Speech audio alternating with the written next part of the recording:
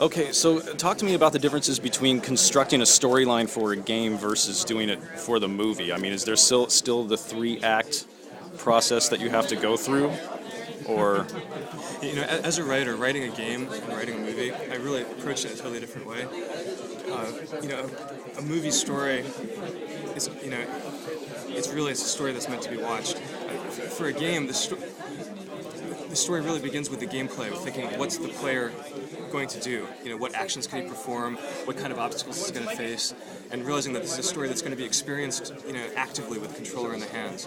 So, whereas in a movie, the story and characters come first, in a game, those elements flow out of the gameplay. and in talking with Jerry, how do you guys figure out how much actual stuff from the game you want in the movie? I mean, Back in 2004, when I pitched the game to Jerry and to Disney as a movie, I sort of set aside the literal storyline of the game Sands of Time, because I don't think that would have made a good movie had we adapted it literally scene for scene. of course, sure.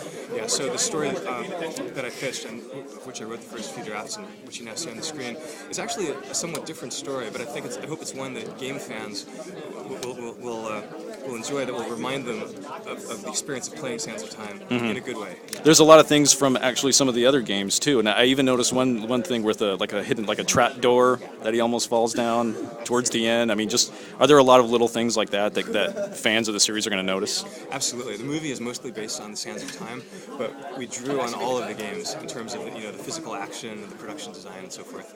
Now, you also created Karaketa back in the day, right? Because I remember playing that on my Commodore 64. Where's that movie? I want to see that movie where the guy goes to rescue the girl and she kicks him right in the face at the end and kills him. Karaketa, yeah. Stay tuned. Are you working on something for it? All I can say is I actually think Karaketa would make a pretty cool movie. I think it would make a great movie. Cool. Well, thanks a lot, man. I appreciate it. Thank you. Thanks, George.